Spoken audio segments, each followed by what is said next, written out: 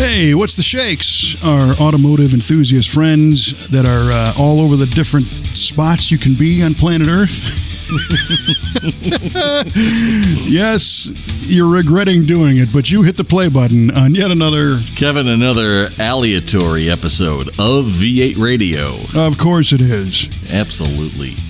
I was just thinking how aleatory my breakfast was this morning. Is that right? Well, Yeah. That's great. Because aleatory means depending on the throw of the dice or chance. This is what happened. I opened the cabinet and I said, which cereal is it going to be? What's it going to be today? Right on. Aleatory. Well, like all those different places you could be listening from on planet Earth. Exactly. Very random. All makes sense to me. Mm-hmm. Well, this is the V8 Radio Podcast. I'm your host, Kevin Oeste, joined as always by our esteemed co-host, Mr. Mike Cueball Clarke. Yes, sir. And it's been a hot minute since we did one of these. Yeah. Well, we got on a pretty tight frequency there for a while. Yeah, we did. Now we're like back to the average. Yeah. But it just feels like a long time. It does. But we're here to solve all that right now. Let's do it. And what do we do first, Kev? Well, it's been a hot minute, but if I remember correctly, we launch every episode of V8 Radio with a saying? A limerick? No, it's an automotive trivia question. Yeah, right. You got that loaded up? I don't, unfortunately. I won the category anyway. You did. Did you prepare a trivia question for this episode? I certainly did. So here we go. All right, Kevin. In the early morning of June 4th, 1896, Mr. Henry Ford made his first trial run in a small four-wheeled vehicle he called what? Ooh, a small four-wheeled vehicle that he called what? What?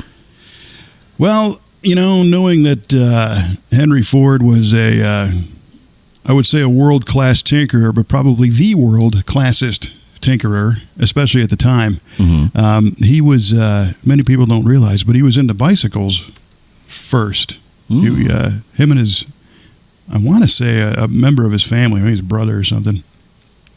And they got the wild hair in their posterior one day to attach an engine to something that they had created in their Dearborn, Michigan garage. Is that where it was? Dearborn? I don't know. What do I know? I don't know either. Barely know how to get a trivia question out. And I think in order to have it not tip over, they needed to throw a couple extra wheels on this thing. So it went from a bicycle to a quadricycle. Ooh, that sounds neat. Doesn't it sound neat? It sounds a great name for a band. Quadricycle? Quadricycle. It could be describing the seasons of the Earth. It could be. It's a quadricycle. It is. You're absolutely spot on with that. And I think in the Midwest we have all quadricycles in one day. Mm-hmm. Yeah, pretty much. Oh, boy. So that's going to be my guess. It is the a vehicle that he called the quadricycle. Kevin says quadricycle. Duly noted. Right on. Right about the same time that your Duryea boys were out barnstorming. I was this close to unleashing my final Duryea question. It's still in my back pocket. Yeah, we'll sit on it.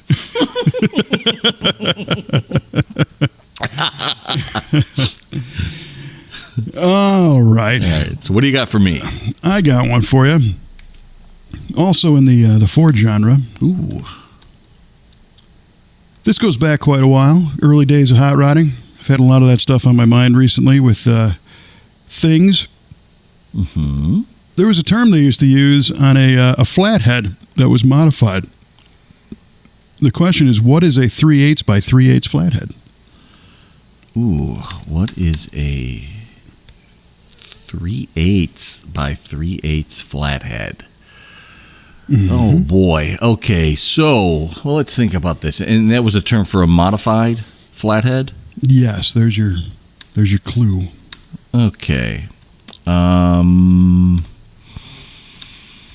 let's see here. So, what would people do to modify the hot rod? These flatheads, throw a bigger cam in them. Maybe shave the heads down.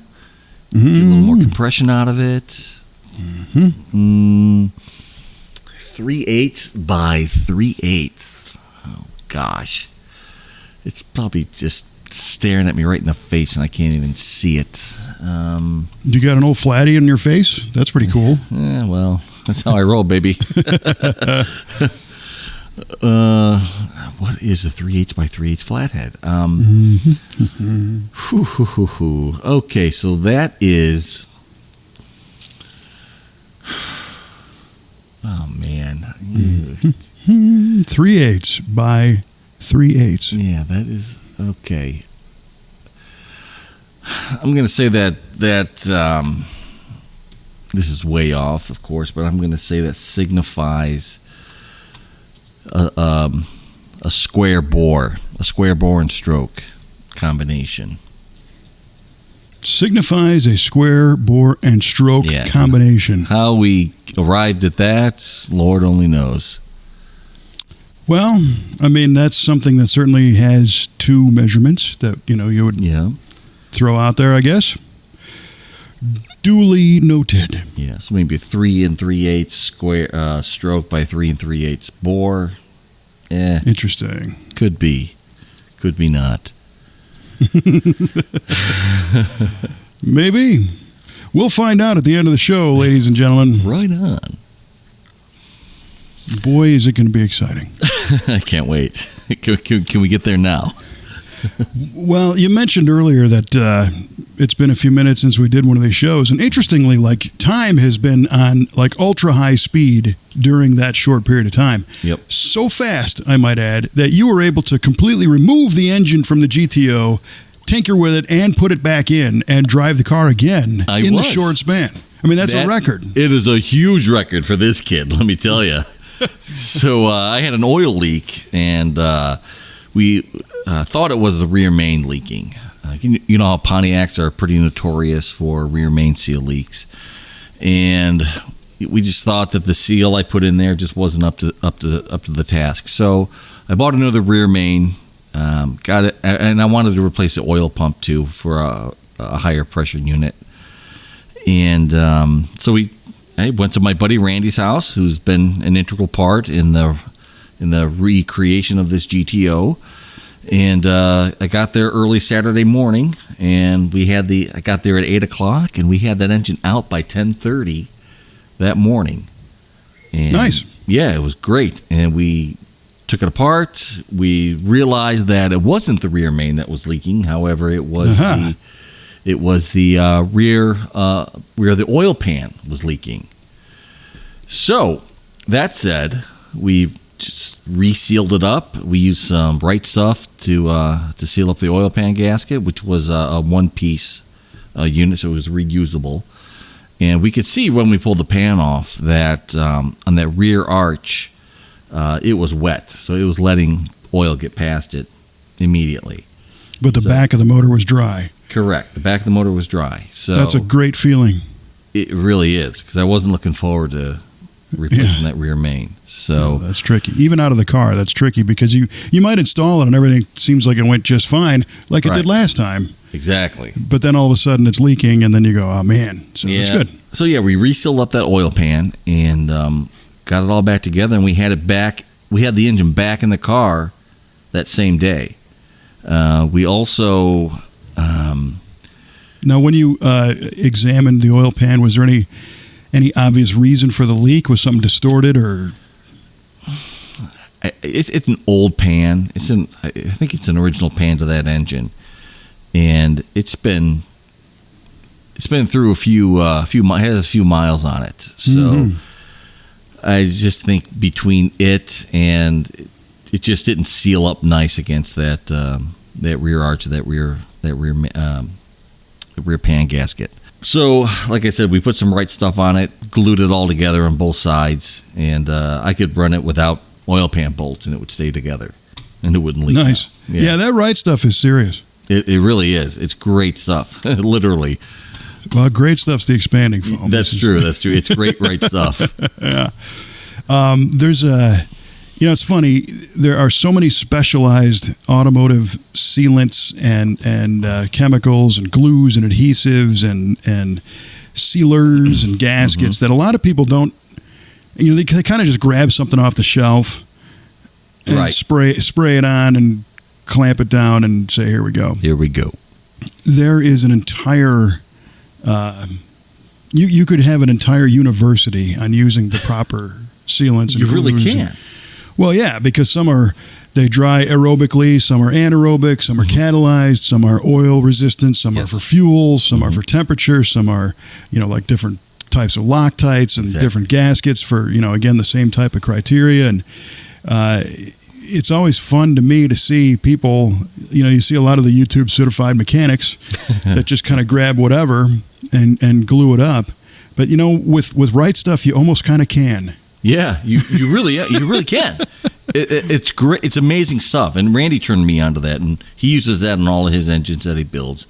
And he says, "Dude, I never get a leak with that for anything when I put an engine together with this stuff." Yeah, you got to mean it. But for fun reading one day, get your hands on a copy of the Fel-Pro gasket manual. Mm-hmm. They used to do a pocket guide. It was like pocket size. Mm-hmm. And it gave you the instructions on how to install every type of gasket and seal. Oh, no kidding. Under the Fel-Pro umbrella, which, of course, we probably work with any of them. And you'd be surprised, man. You got to know what you're doing. Yes. And gasket technology and sealer technology has gotten to the point where it's so forgiving that, you probably got an 80% chance of getting it right just doing it. Yeah. So, anyway, it's good that you got that going. So the car went back together that night. You stayed the night at a hotel. And then the next morning, we kind of, because of where I mounted the rear coil, one of the connections from the wire harness that goes down to the transmission for the rear kickdown wasn't long enough. So we extended that wire. And earlier you mentioned Loctite, and I realized the importance of using Loctite because there was a few bolts that were loose that we had tightened up that we didn't use Loctite on that we did this time around. Like, do you remember what they were threaded into? The motor mount bolts that connected the motor mount to the block. They were loose. Okay, interesting. And those are kind of spooky because it's generally like a grade 5 or grade 8 bolt into a cast iron block. Yeah, and so you don't want ARP bolts that we used. Okay, so they're wave locks or whatever they are. Yeah. High tensile strength bolts, but for those to work right, you got to stretch them. You got to torque them. And nobody likes to stretch and torque bolts going into cast iron. Yeah. Well, he uses a lift plate as well to pull the engine out on the intake manifold. And that always makes me a little queasy when I see that. And cast iron it's super strong, but it's just knowing what the repair is going to be if you have a problem. Yeah, and it was the fully dressed engine. All the pumps were on it. Everything was on it when we pulled it out. So it's probably at least 650. Yeah, on there with 4 bolts holding onto the carb mount. Yeah, 4 bolts that said. Did they say made in China on them, or were they good bolts? No, they were ARP bolts as well. Well, there you go. You don't have to worry about the bolts. Yeah. So did you Loctite those back in? Darn right I did. Yes. Do you remember which Loctite you used? I believe we used red. The red. Yeah. Interesting. So I don't know the spec off the top of my head, but now that you, of course, not to get ahead of the story, but you got the car back together and drove it. Correct. Yeah, we got it back together. It got everything dialed in on Sunday. Started it up. Got coolant in there. Changed the oil. And got all the air pockets out. Got everything put back together. And got it running again. And test drove it and all that good stuff. So I was out of there. I was driving home by 3:00 Sunday afternoon. Nice. Yeah. It was a great little fast weekend. Great turnaround. I loved it. It made me really, really happy. Yeah. When I'm left to do something, man, it would still be out of the engine. The engine would still be out of the car, rather. Well, distractions and all. Yeah, right. You already did the detail stuff that you Yes. probably normally would have done. I mean, if I pulled the engine out of my Riv, I couldn't get it back in a weekend because I'd be trying to clean everything up and paint everything. And so that was already done. So it's good. Yeah. Well, we did notice a few oil leaks as well that kind of perturbed me a little bit. It's hard. It looked like something coming out of the valley pan bolts. Looked like there's some oil was kind of emanating out of there. The rear of the heads looked like a little bit of oil was seeping down. I mean, nothing bad, but just enough to annoy you. Mm-hmm. So, I mean, not enough to make a drip or anything. Did you feel the need to retorque the heads? I didn't retorque the heads. Probably should have. But that would have added another couple days to your weekend. Yeah, could have. You never know. Well, those, Pontiac valve covers are also... That's true. If they're stamped, they're a little tricky to get to seal also. Yeah, that's true. That's a good point. So now that you've drove the car home, did you see an improvement in your oil pressure gauge that you wanted to see? Yes and no. Cold oil pressure, absolutely. It's probably too high. It's around 90 pounds. That's pretty high. Yeah, when it's high, when it's cold. After everything is fully hot and fully heat soaked, the pressure is still not where I want it to be at idle. Where is it? It's like 10. That's 10 idle hot in gear? That is 10 idle hot in gear, yes. All right. What's your idle RPM? 600. And that's where it is? That's where it's supposed to be, and that's where it is? Yes. 10's not bad. I know, but I want it at least 20, just to make me feel better. And once again, what oil are you running in this? It's a 15W30 from Renegade. Aha. And is this still the first oil for the motor? No. You changed it. That changed it, yes. That's what I'm running now. It was like a Comp Cam's break-in oil is what it was. 1530. Yes. Interesting viscosity. Yeah, that's what I was told to run, so that's what I ran. Aha. Mm-hmm. Who was the source? My boy Randy. Randy. Well, Randy, he's a smart guy, so there's got to be some logic there. My thought would be, so 15, of course, is the cold viscosity, and then the 30 is going to be the warm. And if it warm, you're at 10 psi. I would imagine if you put like a 1540 in it, you might have a couple of more psi. And the 15 is a little bit harder to spin than a 10. Correct. But that's neither here nor there in this car. So, right.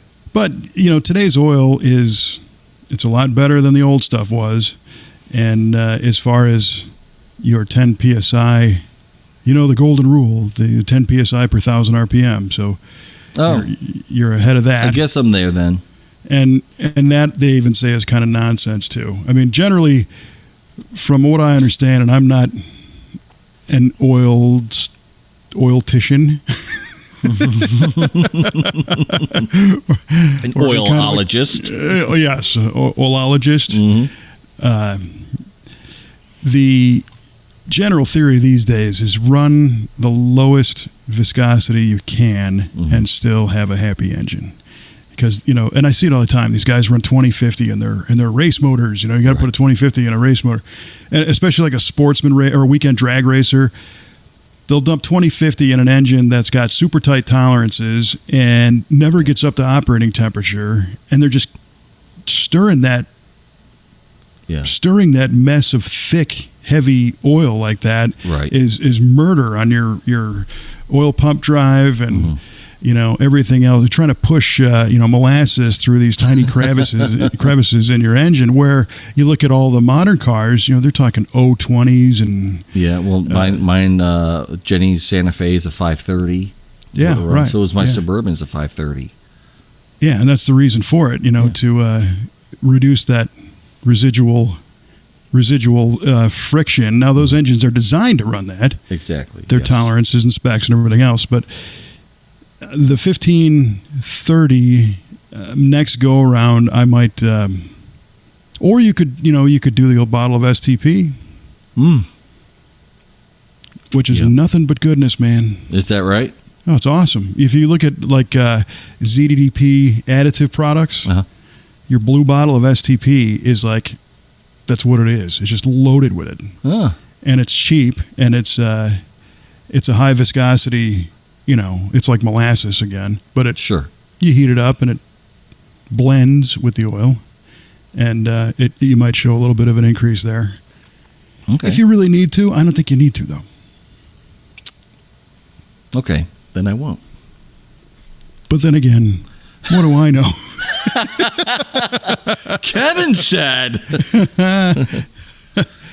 I'm running 1040 in the Riv. Okay. Does that have an oil gauge? Yes, I put one on. And what does it look like? I don't know. It's under the hood. Really? Why? I've never seen it driving. I only put it on there when I rebuilt the timing cover and put a new oil pump in it just to make sure that I had pressure. Oh, I gotcha. And then I just closed the hood. All right. And it's fine. If I put a gauge in the car, I'll have a problem. Yeah. Okay. I should remove that gauge then. There you go. It's like the deer crossing sign. You move the deer crossing sign, the deer won't cross there anymore. Yeah, exactly. And then problem solved. Very so good. the reason why I was asking about the color of your Loctite, those have a temperature range, and heat releases it. Is that right? Yeah. So I don't know what the red temperature range is. You could easily Google it and find out. But you might want to peek on the side of your block and see if you see any red drippies coming out of your motor mount bolts, because then they got warm enough to release. I was not aware of that. That's how you. That's literally if you have an assembly that you can put even a little handheld propane torch on, you can rather than fight a red Loctite bolt, just heat it up and spin it right on. Oh, I'll be darned. Interesting. Very interesting. Well, we got all kinds of knowledge on this show today, man. We are just hitting it. It was a heck of a roll of the dice for this show. You, right. I would say the word if I remembered it. It's aleatory. It's very aleatory. Yeah. Overall. You just happen to ask all the questions that I think I know the answers to. Right on. Very nice. Very nice. Yeah, but the one thing that I was kind of bummed about is forever the kickdown hasn't worked in that car because it's never been hooked up. So we got it hooked up. We verified that the kickdown switch works. I get 12 volts when you floor the car because it's an electric kickdown, not like a mechanical one like a Turbo 350 would have. And we hooked it up, and it still doesn't kick down. So I picked up kickdown. Yeah, so I picked up a solenoid, a kickdown solenoid, and one of these days I'm going to actually replace that and see what we can't do. One of these days when you find yourself on your back under the car with the transpan off. Yes, exactly. And I need to do that anyway because the transpan is still leaking. Oh, man. Yeah. Oh, yeah. It's leaking. We didn't touch that because our focus was the oil leak, which, by the way, is fixed. Well, that's good news. Yeah. Well, that's a win. So I only have one color fluid under the car now instead of multicolored fluid. Right. Multi-vis, if you will. Yeah, exactly. Yeah, so that was a fun project. I enjoyed it. But now the car is running like garbage. I drove it yesterday or Sunday. Yeah, Sunday, and it's running like like a missing turd. Really? Yeah, I'm really kind of bummed out about it too. All right, describe to me the missing turd syndrome here. It's the whole engine kind of. It's almost like it's missing like on 3 cylinders because it feels out of balance. It won't rev super high. You got your plug wires on, right? Yeah, I mean when I drove it home, it was primo. When I drove it from Randy's, it was great. Mm-hmm. And then I hadn't touched it since then, and I helped a buddy of mine move, who happens to own a gold '67 GTO with a black vinyl top, and sounds like an interesting looking car. Oh, it's the best. So I sounds like the best looking car. It's not bad, let me tell you. So I started the GTO up and I started driving it, and it just didn't have any pickup, and it felt like it was shuddering. And I thought maybe the carb was loading up, and it kind of seemed to clear up a bit, but not really. And then on the way back, and he only lives like 2 miles from where I live, so I didn't have a big problem driving it that far, and it was just doing the same thing driving home. So when's the last time you topped off the fuel tank? When I went to Randy's, and it was at 3/4 full, and I didn't put much gas in it. Uh-huh. We've been seeing reports locally anyway of a particular gas station that was making people's cars run terribly. Really? Like 2 weeks ago. And the only thing we've deduced is that there was a lot of moisture in that load. I got you.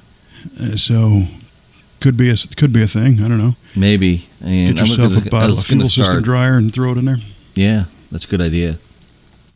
I was just going to rule out ignition, put a timing light on every spark plug wire, and just verify it's firing. Look at the plugs to see what they're looking like. It didn't smell overly rich. The exhaust didn't anyway. Not that I noticed, but yeah, I'm not sure. Yeah, it sounds bad fuely. I mean, because if it drove home fine and you didn't change anything, the only thing I would say is that the weather was probably different, but was it that different? Yeah, I mean, it was cool when I went to Randy's. It was hot yesterday. And it's super humid. Yeah, it is super humid. Yeah, so I'm not sure. So there you go, trying to burn moisture again. Yeah. That humidity, it's what it does. Yeah. You know, you can't burn water that's in the air. Doesn't like That's true. That's true. I'd start as simple as you can.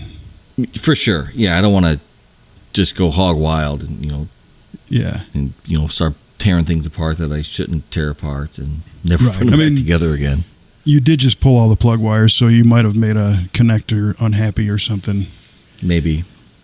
Which could be, but I'd say a bottle of fuel system dryer and agitate it and then top it off again with some good gas. Some known quantity stuff, yeah.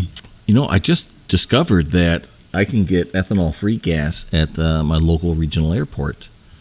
Nice. It's 91 octane, but without any ethanol, I should be able to run that.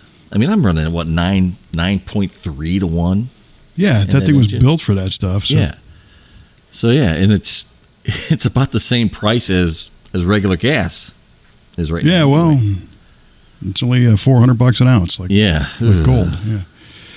Yeah. Well, all right. Well, that's good. So now we got, another update that we'll look forward to see what clears its throat. Yeah, we'll figure it out. Yeah, I like your idea of the fuel system dryer. I think I will get some of that. See what that does for us. It's easy. It is easy. Mm-hmm. So I guess by you too, by here near where we live, it went from springtime, cool, crisp mornings, and then it just went bam right to hot summer. Guess what, kids? It's summer today. Really, the spring lasted a week, and here we are. Which I'm not complaining about the weather. It blows when it comes up on you that fast because you don't get a chance to physically get used to it. True. And the guys in the shop, we're opening earlier and earlier to try and accommodate and make it cooler working hours and all the rest of the stuff. But it is nice to be kind of back in summer weather again. I do love the heat. I got to tell you, it's my favorite of every season. I love the hot summer. Yeah, it's much better than cold. Mm-hmm. All day. I don't know why I still live in the north. Yeah, well, it's your decision. Yeah, it is. So, one of my long-term projects is slowly starting to come to a close, and that was the seat upgrade in the Galaxy. Oh, right. Which I started last year. I don't know, August or so, something like that. And I removed the stock. So it's a Galaxy 500 XL, which means it was factory buckets and console. And I removed the factory buckets because it was like literally sitting on a park bench. Oh, brother. And I had them restuffed with new covers a long time ago, and they were in great shape, but they weren't terrible, but it was time to get something on. and actually more so for a little more adjustability, because they didn't recline, and they didn't, right. And I'm convinced that people were shorter in the 60s. I think they were. Yeah, because you kind of got that problem too in the GTO, right? Yeah. If my seat is, the springs are weak, so I sit pretty low in there. And I know if I had that seat restuffed or got a new seat frame, it would sit quite a bit higher in there. I don't know if I would like that, though. I kind of like how it sits now, but it's not super comfortable over a long period of time. Yeah, and that's kind of where I was too. The stuffing was, pretty robust. And then I had put in the tilt steering column with a different steering wheel, and the column length and the dish of the wheel were such that you were even closer to the steering wheel. Oh boy. So, I thought, all right, I'm going to do something about this. So I ended up getting a set of those Scat Pro Car low back black buckets. Nice. And I got them because they've got articulated bolsters in the side, and they recline, and they're a lightweight, nice little seat, and they have, again, they're low backs, so they kind of fit the look, and the pattern is pretty close to the original as far as the vinyl. And last year, our buddy Grady and I went down to the shop and made some conversion brackets to be able to attach the seat to our original seat tracks. And they were just kind of flat pieces of steel that made the holes connect. And I drove it home, and the seat was pretty solid. I kind of dig the seat, except it was like way too high. Oh, really? Yeah. Oh, I think you told me about that. You're like looking straight at the windshield cowl. Yeah, exactly. So it seemed kind of goofy. I was kind of like, I was driving the car like a tricycle. You're just sitting up high and reaching down to the controls. So I re-engineered the seat adapter, the mid bracket, if you will, to go from the seat to the track. Okay. And that was not an easy project. Is that right? No, it was, because basically the dimension of the seat frame is such that if you ran a bolt through it right into the seat track, half the bolt would be on the track and the other half would be exposed. It splits the middle of the bolt. Oh, wow. So you can't like drill a hole in it in the bracket, and so that's out. So now you got to relocate the bolts. But by doing that, how do you make it so that you can move the bolts left or right and then make it be serviceable and make it so you can put it together and take it apart and not have a bunch of height in it, because that's what I was trying to do, is shorten this thing up. All right. So ended up coming up with a design, and it took about 2 inches out of the seat overall height, which is good. And Mason, the fabricator that works in our shop, I actually drew up some plans, and I dropped them off in his workbench, and he's been kind of whittling these things out, and they're serious brackets. They're seats. You got to be safe. You don't want these things scrap metal falling out or something. Sure. So just Friday, he finished the one side and tigged it all up, and had to consider like the adjustment arm needed a swing clearance to be able to adjust the seat forward and back. And by adding this extra material, now the retention springs for the latches are in the way. We had to relocate all those. Good gravy. Yeah, a simple thing that really turned into kind of a project. And he would shoot me a message on our internal chat thing and say, "Hey, can you come back here for a minute?" I go back there, and he's scratching his head. He's like, "Are you sure?" I'm like, "Yeah, I think so." And then I look at it, and I designed it, and then I would get all confused. Oh, brother. But eventually it came together. So the passenger side's good. It's good to go. It's been tested. I dig it. So I'm hoping tomorrow we might be able to get the driver's side done, and then I'll be able to go enjoy this car out in the heat. Oh, yeah. Top down. For sure. Very nice, dude. Yeah, it's fun to get these kind of projects to wrap up. It's been quite an odyssey for you on that one. Yes, and it's silly. You'd think it's something you could do in an afternoon, right? But just getting the time and figuring it out, and then trying to get. There was so many nights where I was just going to go do it myself, And then at the end of the day, I'm smoked or I got to go somewhere, and it's like, right. no. And Mason's a far better TIG welder than I am, so he made it look nice. So yeah, that's cool. And I drove the car into the shop the other day to be able to test the bracket and the floor, and of course made the long list of other things that I need to change. And it was kind of funny because it's a sign of progress when smaller things are noticeable. Yeah, I agree with that. Yeah. Right. So I'm down to like a lot of little annoyances. Like, boy, the throttle pedal is really stiff on this car. I don't like was the it always sound that way? it makes. Did I not notice how stiff that was? So I'm gonna kind of it's a cable. I either have to lube the cable up or see what's going on with the spring. Easy, nothing thing. But it's I think it's cool that we're getting down to those kind of little revisions on stuff. Yeah, you can really dial those little fine, minute details in. The one thing I cannot stand on this car is the valve train noise. Oh, I understand that because mine's a clatterer too.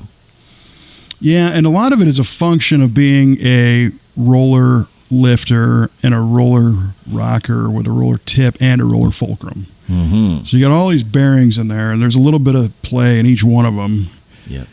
And next thing you know, it sounds like a sewing machine. And extra sound under the hood doesn't do it. They're all adjusted properly. Mm-hmm. What are you going to do about it? I don't know. Because on this car, and I think we've talked about this before too, this has been a long-term problem.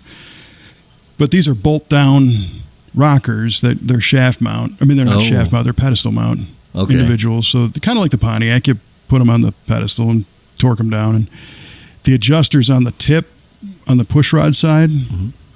Oh, right. So it's got a screw that goes through the end of the rocker tip. So you can't adjust them while it's running. You got to set it and do it. But one thing that always bothers me is if you don't tighten that rocker retaining bolt and hold the rocker secure, the rocker can pivot as you're tightening it down. There's nothing like machined in the head to guide the rocker to point in the right direction. Like push rod guide to keep things in place? Oh, man. And even if there was a push rod guide, it really wouldn't matter because this is more the rocker arm. There wouldn't be enough precision in a push rod guide. Okay. Right. So the answer is a shaft mount rocker system. Which boy. They're out there. Here we go. Yeah. Jessel's got a really nice set. I bet he does. Yeah, I bet he does. Cost more than the first 4 cars I've owned. But they're good to 12,000 RPM or something crazy, which this thing was never ever going to see. Well, then you're building in longevity. Yeah. There's another brand that I don't know a whole lot about. And it's U.S. design, but made overseas. Mm-hmm. And by overseas, I think I mean China, which I don't dig normally. But sometimes today, unfortunately, you can't. Sometimes it's hard to get away from that stuff. It's tough to get away from that, yes. So I'm researching to see, and it's interesting because like our camper, my wife and I, we go camping. The camper's got a big sticker on the side that says it's got an American flag, and and it says in small print, "Assembled," and then underneath, "In the USA." So it was screwed together here, but everything else came from everywhere else, and that's kind of how these rockers are. And the website is like all these American dudes in an American machine shop that are making stuff, but I think they're making the prototypes, and then the production run happens somewhere else. The production facility is offshore. Yes, it comes back, and then things get put together here. But they've been around a long time, and I don't know. It stinks that manufacturer facilities have to do that to stay in business because it is so much cheaper to manufacture things overseas. It's hard to stay competitive if everything is in-house, which is a shame. And I hate that it's like that. But unfortunately, it's the world we live in right now. It is. And I think there's a couple sides of that coin, because one of them is that, is that 100% true? Will a company just not make it if they make it here, if that makes sense. I mean, it depends on... Or is it just a bigger margin? It's possible. I mean, you're right, because number one, we don't know what the R&D cost is. We don't know what the raw material cost is. We don't know how much of that margin it would eat up if it was manufactured in-house or in the U.S. If it does take up a huge chunk of that margin, is that enough to keep the company making new things? And is it enough to keep everybody paid and help grow the company, or is it enough just to kind of move it along? Right. That's the question. And then on the flip side, the concept of being able to remain competitive. There's a lot of companies that make a lot of stuff in this country that are competitive. That's true. And a lot of times it requires telling that brand story in such a manner that people appreciate what they're getting. And I think if you drew an XY chart here, the opposite corner of that would be made here, but also made super cheaply with an expensive cost. So people were paying the premium, right, but still not getting the value. So that's the opposite extreme, right. and that happens too. Paying the premium, but not getting the premium. Right. Mm-hmm. And I like the fact today that, especially in the car part world and performance parts, generally by the wide margin, anything that says made in the USA is perceived to be a premium product. Yes. And that's great. I love that. But it does tend to make things expensive. I'm not saying it's not worth it. Mm-hmm. You look at Forge line wheels; those are not cheap. No, they're worth it. Yeah, they're great wheels. ARP fasteners, not cheap, but worth it. Totally worth it. Now you just got to figure out, does that fall within the range of what's needed for this project? Yeah. So my Galaxy, although it would probably look pretty interesting on a set of Forge lines, it doesn't need them, right, just from a specification standpoint. Mm-hmm. If I was going to go autocross this thing, it's a heavy enough car, yeah, I'd save my pennies and I'd get some. Yeah. Because I know the brand story. I know why those wheels are what they are. I know the difference between a cast off-the-shelf wheel and something that's designed to sustain the side loads and all the rest of that those wheels are designed to do. So I get it. I don't know where that leaves me with my rocker arm situation. It's all just call Jezel. Maybe he'll cut you a deal. Yeah, but again, that's way beyond the scope of what this this car needs. That's true. And maybe I'm missing something too. There could be, you just need to shim it, or and I've often thought about going backwards because everything is roller on this and doesn't need to be. Because like Windsor, small block Ford Windsor engines that are built from the factory don't make a noise when it comes to rockers, and those are a ball cup base with a just stamped steel, whatever, and they made good power, Yeah. Now, was that engine a roller engine when it was first manufactured? So it's a Ford Racing long block. So this was never in a production car. Vehicle. Okay. But it was not a roller cam. It was converted. I converted it to a roller cam. It's got a cop cam swap in it. These blocks are tapped for the spider that holds the lifters down. Yes. So the conversion's easy. You just buy the parts and throw it in. Mm-hmm. And then the rockers that it came with as part of the crate engine were roller fulcrum and roller tip, but they were not adjustable. You had to shim them. Oh, I see.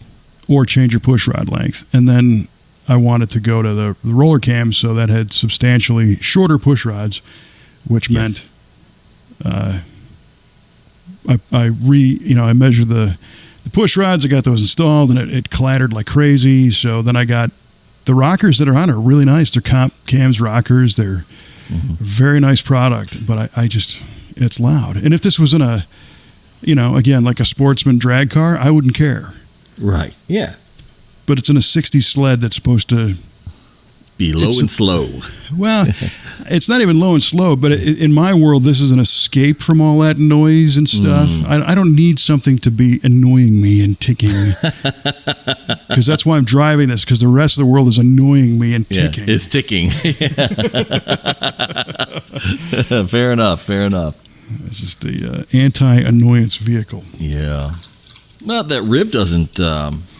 It doesn't make any noise though, right? No, it was built by Buick, so there's nothing that's changed on it internally outside of a couple of replacement parts and the carburetor. So there's no opportunity for that thing to make any noise.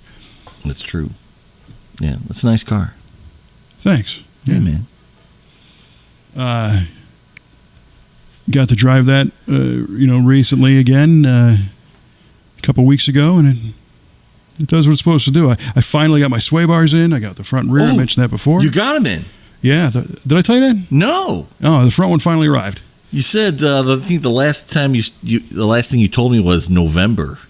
Yeah, I ordered it at the end of October, beginning of November, and it showed up like 2 weeks ago. Gee whiz! Showed up in May. Did you get it put in? Not yet. No. Okay. No, so I have the rear one standing here. I got the front one in my office. I got to kind of re-engineer the rear mounts because I want to do them differently. And look at a couple other things, but that should be a one-day deal. Yeah, right. Is my anticipation on that. It's pretty bolt-on, right? Yeah. I'm just laughing to myself because it ain't going to be a one-day deal. Come on, man. Well, the part that's not going to be one day is the rear control arms.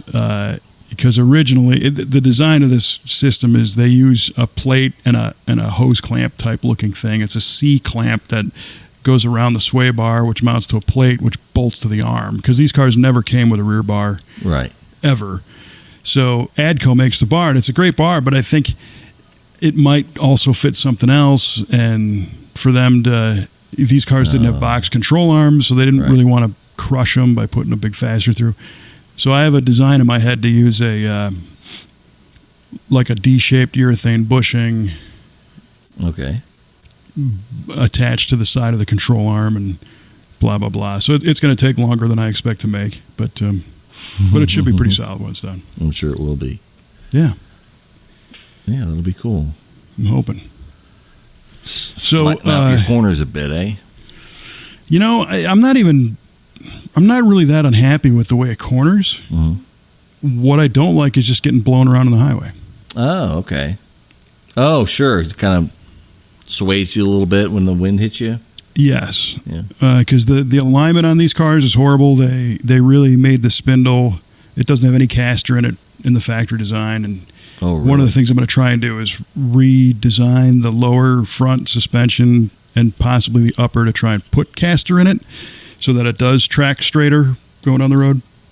Gotcha. Oh, speaking of alignments, I also found a whole set of alignment shims missing from one of my control arms. Nice. Yeah. Great. I'm like, that's probably why it's making such a bad noise when I would back up.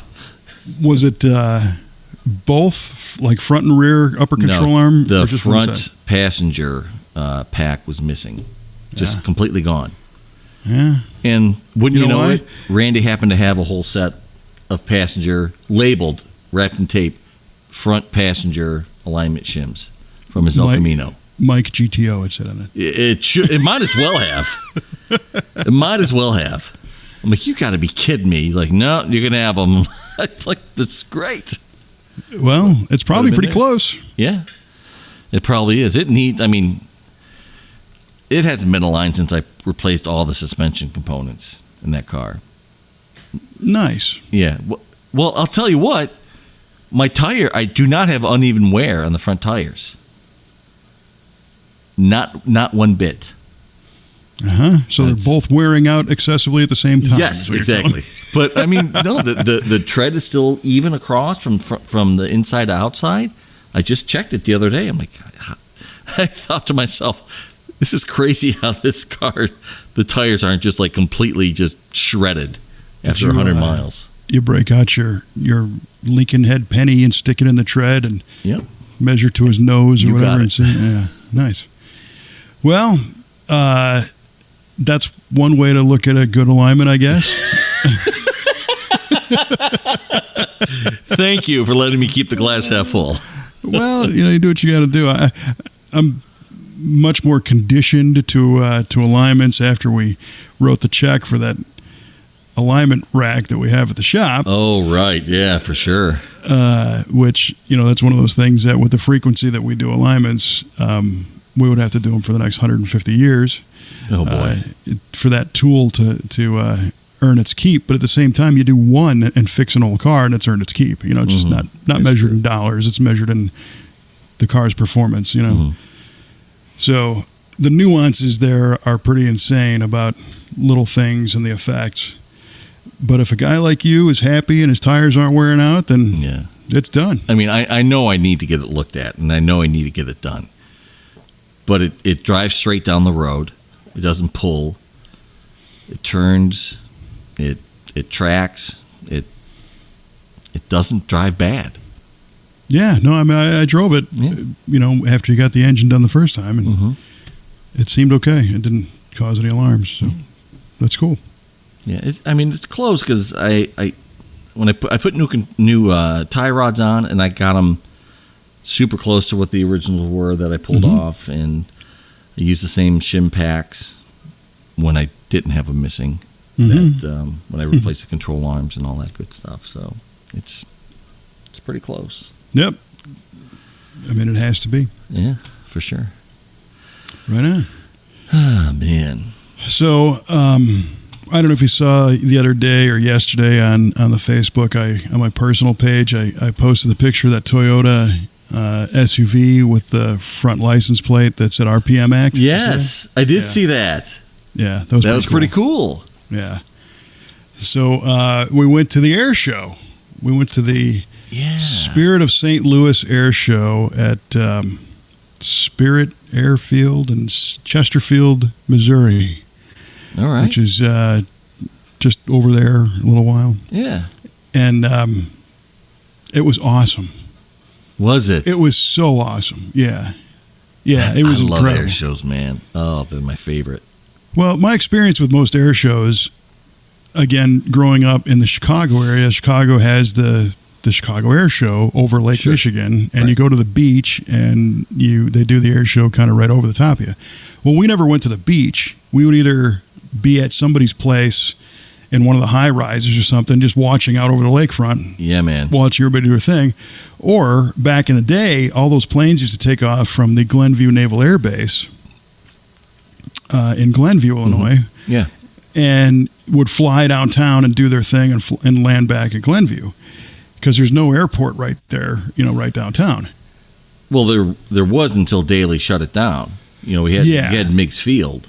You had Meigs Field, but they didn't do the whole air show off Meigs Field. Right. They might have had a couple of small planes, a couple of two-tree, but as far as any of the bigger stuff, and if the Blue Angels were there, they were coming out of Glenview. But so we used to go we'd sit on the highway right in front of the airport and just watch everything take off and, That's go great. Over. Well, today the Glenview Naval Air Station is the site of DiAgostino's Pizza and a strip mall and some condos. That got closed a long time ago. And, DiAgostino's is great, but unfortunately we lost the base. But the other thing was that not going to the lakefront presentation by the beach, we never got the announcer or got the music and got all the stuff that goes along with it. Right. You just got to see stuff flying around, not know what's happening. So this time,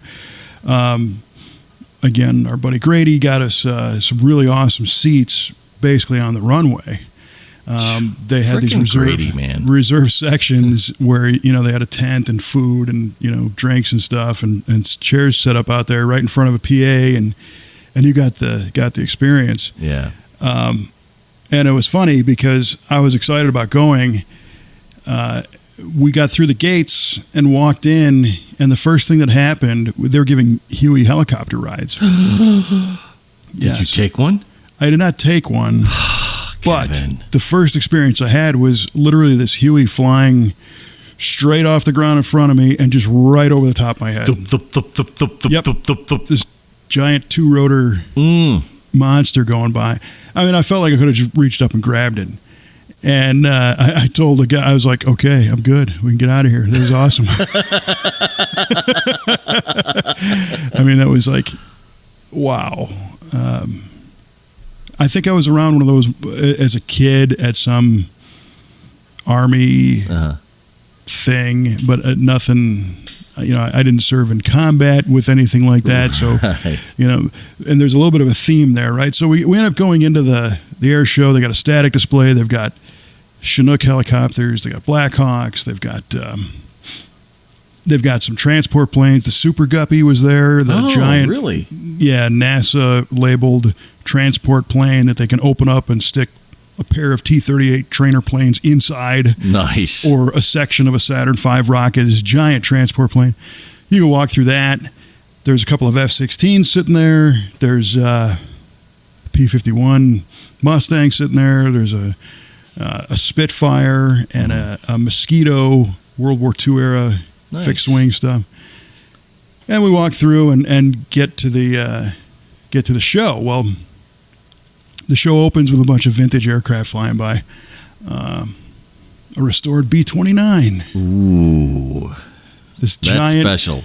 It was. This giant, polished, beautiful B-29 named Doc. You can look it up on the internet. Mm-hmm. And that goes flying by. And what goes next, but there was another version of that plane that was... I think it was a Liberator, but it had a different tail on it, a single tail instead of the double, and it was a Navy version. It was for them, followed by a B-17. Ooh, man. And the B-17 bomber is, to me, it's one of the coolest planes for a lot of reasons. For sure. Yeah, so this is a World War II era bomber, four-engine rotary. They had... and this story is going somewhere, by the way. Okay. One of the things I thought was cool about the B-17 is when I was a kid, I was building model cars, and a friend of mine built model cars, but he got a model airplane for Christmas, and it was a B-17, and neither one of us knew anything about this. And the two of us put this thing together in his basement, and I'm like, this is really cool looking. Yeah. It's just a cool looking plane. I had no idea what it did, but it was just a cool looking plane. So the shape of that thing, was designed in the 40s. It's got, to use hot rod terms, it's got like a Duval windshield. It's got a split windshield. Yeah. And the cabin almost looks chopped, and it's got these great lines. I mean, it's just a sleek looking. Yeah. So whoever designed that also had a sense of style, because a lot of these aircraft are purpose designed, but they don't look that cool. That thing looks killer. So it's flying by, and I'm losing it. I'm like, this is unreal. I've never seen one in person, and here it is flying around. The show goes on, and then it's so that Spitfire and that Mosquito are out doing aerobatics. They had a guy with a Pitts special biplane stunt plane. Yeah, those are cool. This dude is a world champion aerobatic pilot. Yeah. Skip Stewart is his name. Google him. The plane shouldn't do what that thing did, but it did. It was crazy. And then they went on to some of the big dogs, So they brought out a pair of F4s. They had an old F4U Corsair. So the World War II era. Carrier-based fixed wing with the inverted gull wing. Yeah.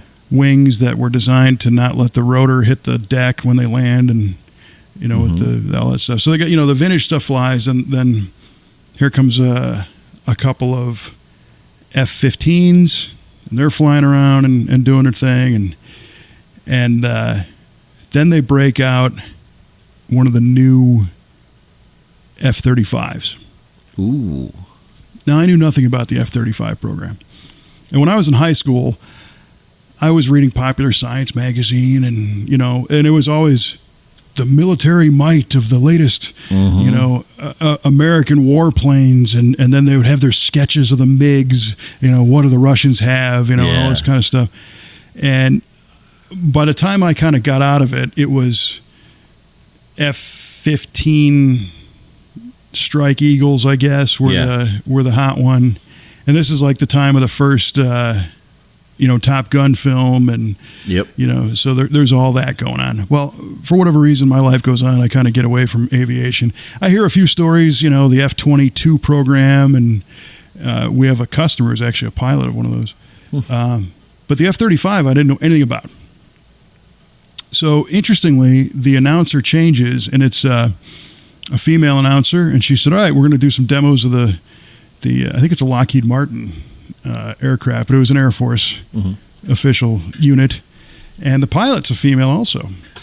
And this thing comes winging by, and it has the ability to basically make a 90-degree turn and go perfectly vertical like a rocket." Nice. Okay? Now, some of these other planes I mentioned, the 15s, the F-16s, they can go vertical, not like this. Right.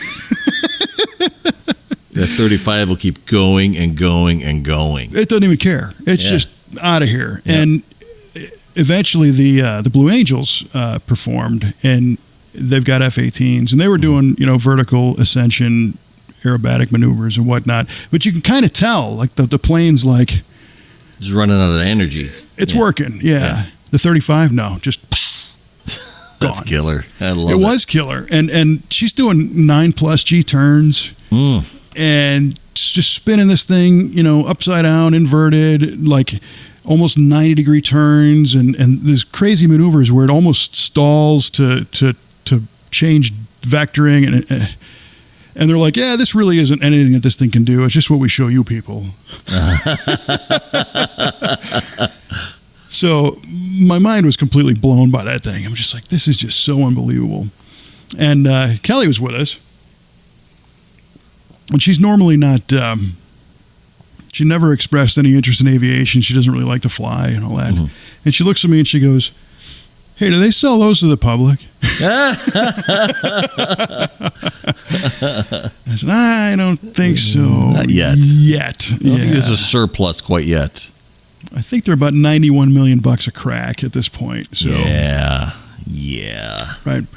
So I'm looking around at this whole air show experience and seeing the evolution of all these aircraft and my fascination with their abilities and the technical prowess. And that F-35 is known as a 5th generation fighter.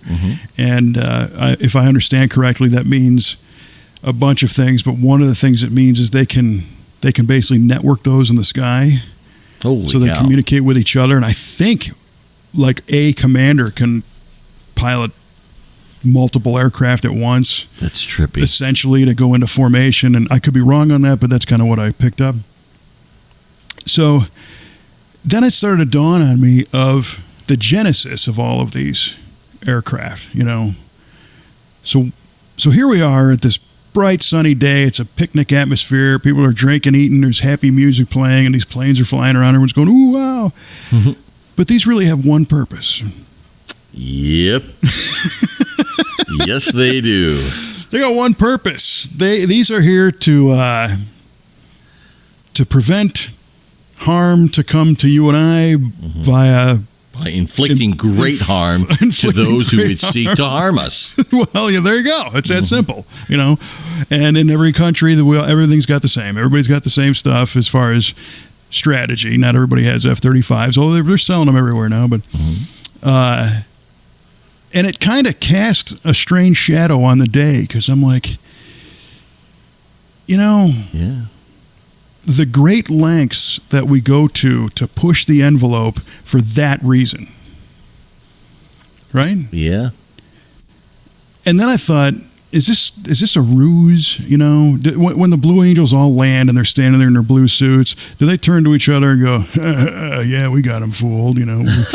We're showing them the happy stuff in the sky, but in reality, And then I thought that can't be true, right? So then we went home and I watched the movie Memphis Belle, which is a story of a B-17 crew in World War II.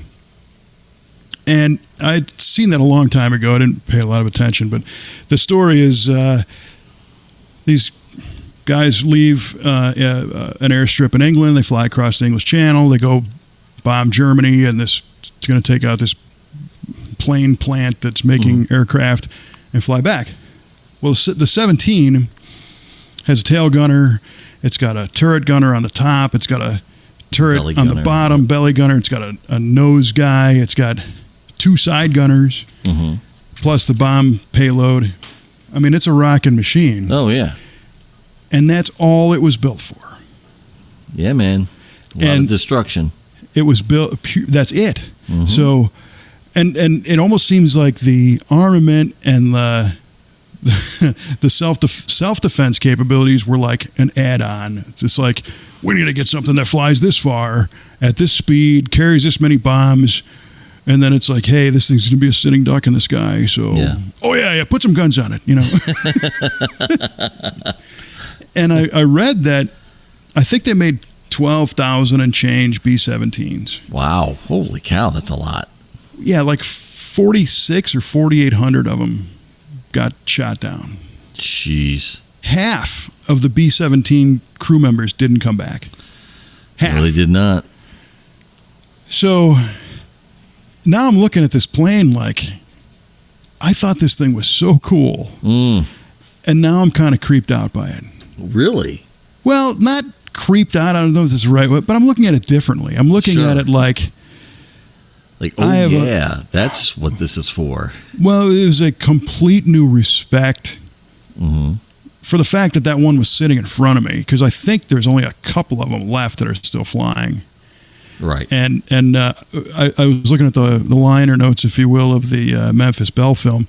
There was 6 airworthy B-17s when they made that film, and they wrecked one of them making the film. They destroyed one in France. So that's great. That is great. But, you know, there was never like the luxury transport version. You know, there was never somebody who owned one to make a private, you know. No, this is one thing only. And the fact that it was pivotal in the American World War II effort, that was for the greater good of the whole world. You know, without that thing, everything could have been different. But so then I had to rewind the whole experience in my mind. And if you're still awake and listening to this, I'm sorry for my therapy session here, but I got to get this out. Where I end up landing is, so that gal that was flying that F-35 was loving the hell out of it. Sure. There's no way that she was not enjoying that day. No. Or all of the Blue Angel pilots, or the guy flying the 17 or flying the Spitfire, any of that stuff.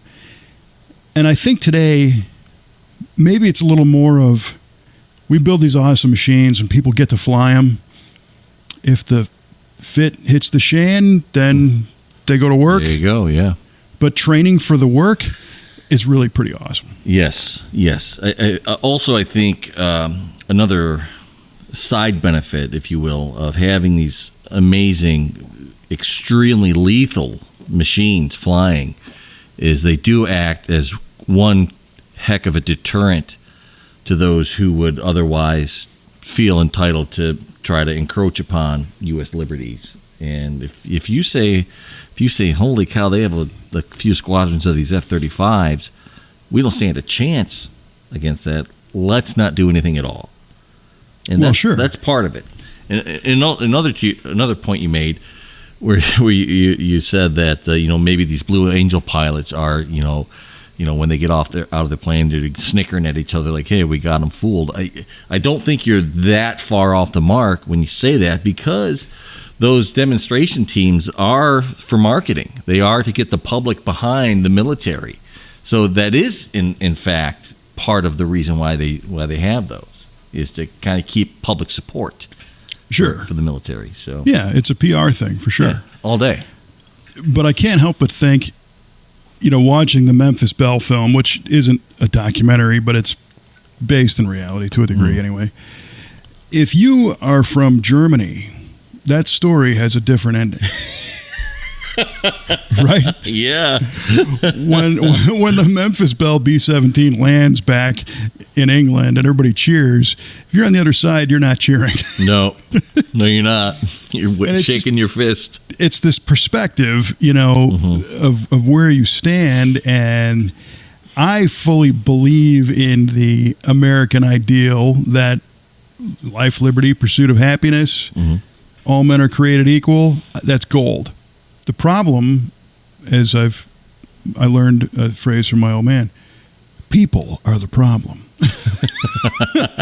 Because implementing that ideal is a challenge, because people screw things up. They don't treat each other equally. They don't allow. They get in the way of the pursuit of happiness, and they don't provide liberty or life to everybody as they should. If everybody just did what they were supposed to do and respected each other, we wouldn't have F-35s or need them.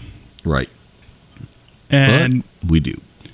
We do, and they're awesome. Yeah. Oh my God, it's incredible. But anyway, that's where I went in my air show experience. It certainly enhanced and flared up a large feeling of pride in our troops and our abilities and the companies that make this stuff, with a little side order of yeah, I don't know. But also, speaking of the Memphis Belle, there's besides the movie, there's a good book, which is called The Man Who Flew the Memphis Belle, which is the autobiography of Colonel Bob Morgan, who was the pilot of the Memphis Belle, who flew all those missions. It's a really good read if you're so inclined to get the non-Hollywood version of what happened. Yeah. Well, I'll check that out, because, again, always been a huge fan of the space program and respect people like General Chuck Yeager, who pushed the limits. I walked away from that air show grateful that I had seen something I never saw before and didn't think I could see. Nice. Watching that aircraft do what it did, I've never seen anything like that in person. It was like, this is incredible. So that experience was really, really awesome. Next time, take that Huey ride. Well, I hope they do the show again next year. They canceled it because of the COVIDs past couple of years, but we want to open it up to our whole team. I would love to have our whole shop crew go out and spend the day, because we have, of course, our crew guy Sarge, who flew on C-130s. C-130s, yeah, he's a loadmaster. Yes, and that, so the transport cargo plane for the Blue Angels is a 130. Yes, it is. Fat Albert. Known as Fat Albert, and that was there, and, it was cool. So I think it was a lot of fun. Did it have his JATO rockets on it? They didn't use them. They didn't have it. Oh, man. Come on, Albert.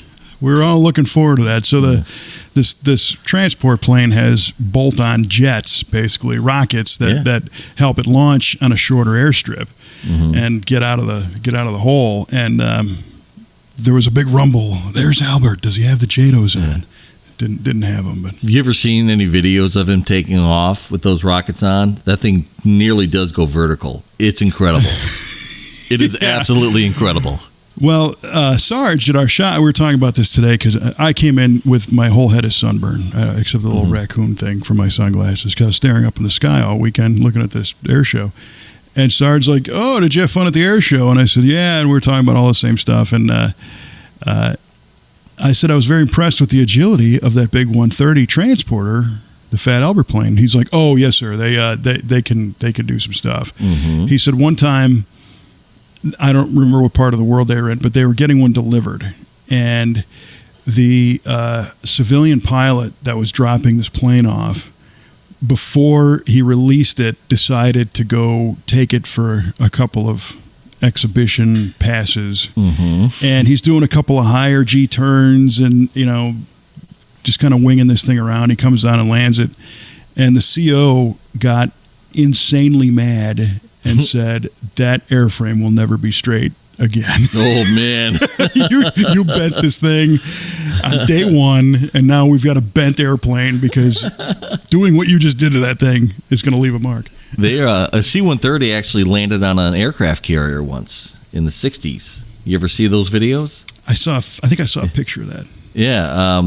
buddy of mine who's a personal trainer, one of his clients was a retired Air Force pilot. He told us about that, and I thought he was, full of beans. So I Googled it, and I found some video, and sure enough, this thing was stripped, and it had no weight to it. But it landed on that deck, and they put that carrier into the wind, and it took back off. Wow. It's crazy. Yeah, that's cool. Yeah. Yeah, so I guess I'm taking stock in the enthusiasm for the cool stuff like that. And, just digging all that side of it. It's too awesome. It is too awesome. It's been a while since I've been to a real cool air show. I think the last one I went to that had static displays and all that good stuff was the Cleveland Air Show that they have every year at Burke Lakefront Airport. They have an airport kind of like Mix Field was, but it's right on the lake, right outside the downtown area. And everything flies out of there. You can go on the tarmac and see some really cool planes hanging around there. It's a pretty cool deal. I got to get back to one of those. Yeah. Oh, it's great. Yeah. And the Angels, this was their 22nd show this year already. Really? That's amazing. Yeah. And then the show factor is insane, too, because those guys are doing all this crazy stuff in the sky. But their announcer is standing there in the blue suit with the hat on. And he's got his microphone, and he's calling all the shots of what they're doing in the sky. And he's looking at the crowd. He doesn't even look back. He doesn't look up. He doesn't look behind him. He's standing basically at attention the whole time, raises the microphone to his mouth, says a few things, puts the microphone back down, looks straight ahead. They do the maneuver overhead. It is timed, just super precision. It's amazing. That is a military precision. I love it. Yeah, for sure. Yeah. Whole new appreciation for that. So it was cool. Yeah, it's cool. It's he's certainly no seldom seen Slim from Bonneville, but I think he did all right. Yes. Yeah, right. Referring to our latest released Bonneville Up to Speed podcast, who, as a guest, we had the one of the trackside announcers for the Bonneville Speed Week, Mr. Seldom Seen Slim. That was a good episode. I loved it. He's quite a character. Yeah, he really is. Got a bunch of good ones coming out on that. Right on. But you know what else is right on? I have an idea. Well, if it's the answer to our trivia questions, you had the right idea. Ba-boom. All right. So yeah, let's wrap this up here. All right, Kevin. So I asked you in the early morning of June 4th, 1896, Henry Ford made his first trial run in a small four-wheeled vehicle called what? And you regaled us with a cool story about how Henry Ford was into bicycles for a time, and he put a couple of them together and called it a quadricycle. And that is correct, sir. That was a quadricycle. Nice. Congratulations. Thank you. You betcha. So my question to you was, what was a 3/8 by 3/8 flathead? And the classical 3/8 by 3/8 flathead means you board a 3/8 or a 3 3/16 block out to 3 3/8. So Shut the hell up. And you stroked it with a Mercury crank that was bigger by about 3/8 over the Ford. Actually, it was a 4 1/8 versus the Ford 3 3/4. So it wasn't that they both ended in 3/8, but right. you increased the size. If you did both, that was the full house flathead at 296 cubic inches. Okay. To really make a hot rod, but there you go. So I tap danced around it. I think you got it. Oh, all right then. I'll take it. Fantastic. Right on. Thank you, sir. Well played. Thank you. Thank you very much. Yeah. All right. Well, this was a good episode. It tangented quite a bit, but hopefully everybody was able to hang on for the ride. Right on. It was a good ride. It was. It was different. We went straight vertical, and we never stopped. We did. And, there's nothing wrong with hot rods that fly. That's true.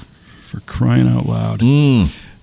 So if you get bored, jump online, check out some of those F-35 ride-along videos. I don't think there is. Yeah, I think there might be some where they're in cockpit.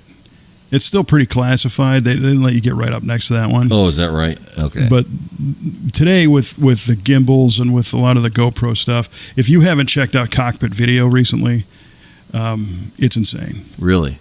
Yeah, there's just so much. Well, we both just saw the Top Gun film. Yes, sir. Woo-wee. That was great. It was a lot of fun. If you haven't seen that, go see it. Yeah, it was a great movie. I loved it. Loved it. All righty. Well, this has been the V8 Radio Podcast. I'm Kevin Oeste, thanking you for sitting with us and tuning in for an extended episode today. And thank you so much for allowing me to have my therapy session here. If you like this kind of stuff, hit the subscribe button, and wherever you receive your podcasts, a new one will magically appear, either on your device or in your email box. It's magic. Magic. That's right. So for Mr. Mike Q-Ball Clarke, I'm Kevin Oeste, reminding you to hammer down and go straight up. Straight up, baby. And we'll talk to you next time.